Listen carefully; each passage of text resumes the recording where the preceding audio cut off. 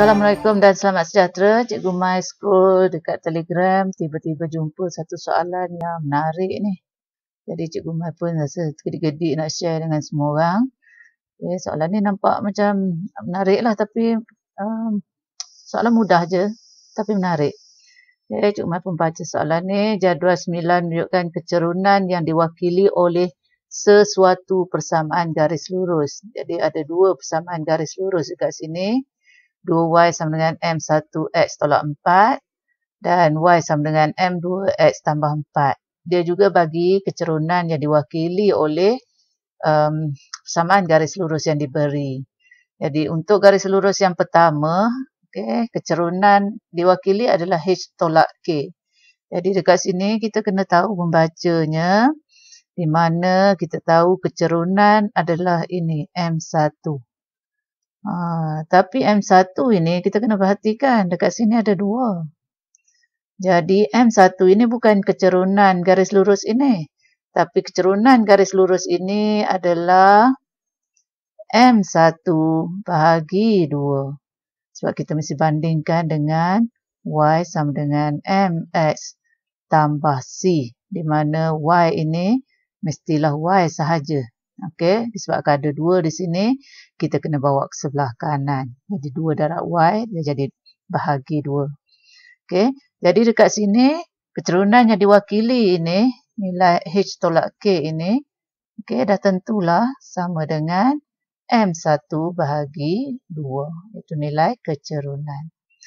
Okey, tapi soalan garis lurus yang kedua, kita nampak, diberi Y sama dengan M2X tambah 2. Jadi dekat sini M2 ini sememangnya kecerunan bagi garis lurus yang kedua. Jadi kecerunan diwakili dekat sini. Jadi dekat sini M. Jadi M-nya memanglah M2. Jadi M2 sama dengan H per K. Okey, mari kita jawab soalan A. Dia kata ungkapkan H dalam sebutan K jika persamaan itu adalah selari. Apa yang kita boleh baca apabila dikata dua persamaan adalah selari? Kita ada baca yang kecerunannya mesti sama. Kecerunan yang pertama mesti sama dengan kecerunan yang kedua. Tapi kalau kita tulis macam ni salah, bukan M1 sama dengan M2. Sebab dalam kes kita, M1 kita adalah M1 per 2. Jadi kita kena buat M1 per 2 sama dengan M2. Yang kita belajar asal adalah M1 sama dengan M2. Okey, jadi kita sesuaikan dengan keadaan kita. Kita mesti tulis M1 per 2 sama dengan M2.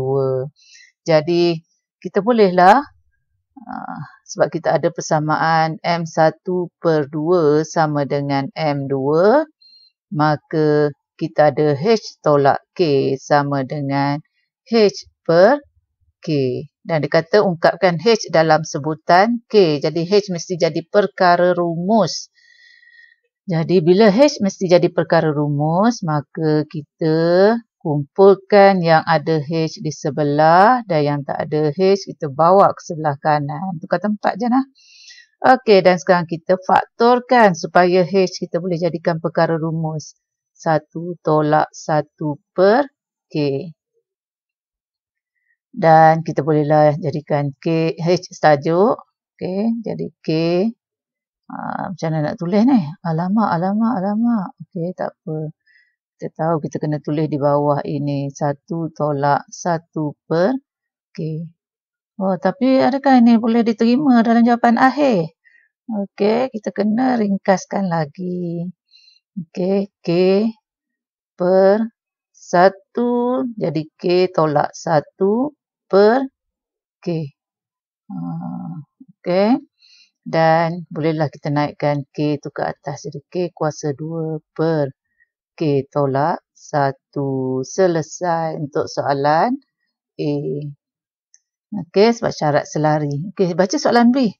Soalan B dia kata ungkapkan K dalam sebutan H jika persamaan itu berserenjang antara satu sama lain. Jadi kita tahu persamaan bila berserenjang. Okey, kita tahu M1, M2 sama dengan negatif 1.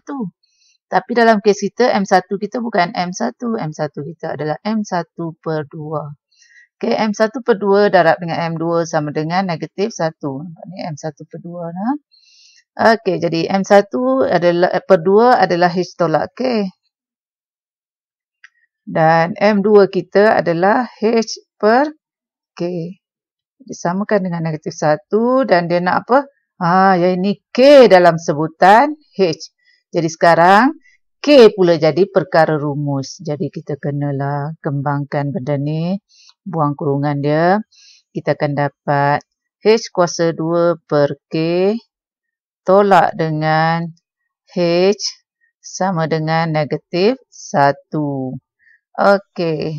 Seterusnya belum habis lagi sebab kita nak jadikan K perkara rumus. Jadi cikgu letak H kuasa 2 per K sama dengan H tolak 1 dan yang ni sebenarnya per 1 lah nah. Sebab cikgu nak 1 naik atas, 2 bawah. Jadi yang ni pun kita saling balikkan lah. Jadi K sebagai perkara rumus. Jadi K per H kuasa 2 sama dengan 1 per H tolak 1. Ini macam-macam cara nak buat lah. Cikgu guna cara ni. K sama dengan H kuasa 2 per alamak. Tak boleh tulis kat sini dah nampaknya. Tak boleh nak tulis. Jadi cikgu nak tulis kat mana ni? Tak boleh selesai lagi. Yang ni. Okey, cikgu bawa ke sini. Okey, jadi kita ada K sama dengan H kuasa 2 per H tolak 1. Jadi kita berjaya selesaikan soalan B. Okey. Itu saja. Semoga bermanfaat kepada semua. Assalamualaikum.